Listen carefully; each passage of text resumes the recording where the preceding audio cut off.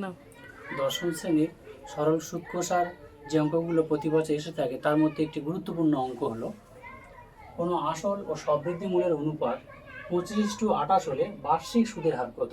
তো আসল বলে দিয়েছে 25 আর সবৃদ্ধি মূল বলে দিয়েছে 28। সবৃদ্ধি মূল মানে আসল ও সুদ এর সমষ্টি। তাহলে আমরা আসল পেয়ে গেছি, এই সুদে আসলটা যদি আসলটা বাদ দিই তাহলে সুদটা পাবো। আর অনুপাত থাকলে এর সঙ্গে আমরা কিছু একটা ধরে নেব। তো মনে করি আসল 25x ও সবৃদ্ধি মূল 28x। মনে করি আসল সমান সমান 25x টাকা ও সবৃদ্ধি মূল মানে সুদ আসলের সমষ্টি 28x টাকা। তাহলে সুদে আসল থেকে যদি আমি আসলটা বাদ দিই তাহলে সুদ পড়ে থাকে, অতএব সুদ 28x মানে সুদে আসল থেকে আমি আসলটা মাইনাস করলাম, 3x পড়ে থাকে। তাহলে আমরা কি পেলাম?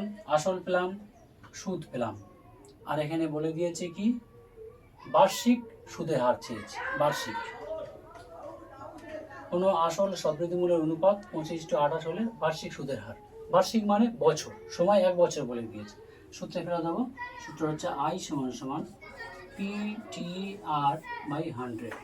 I মানে সুদ, সুদ হচ্ছে 3x,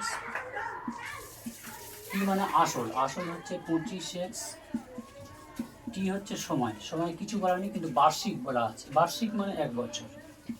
সুদের হার বের করতে হবে, 100। এই x কেটে দিলাম, 4, 25, 100।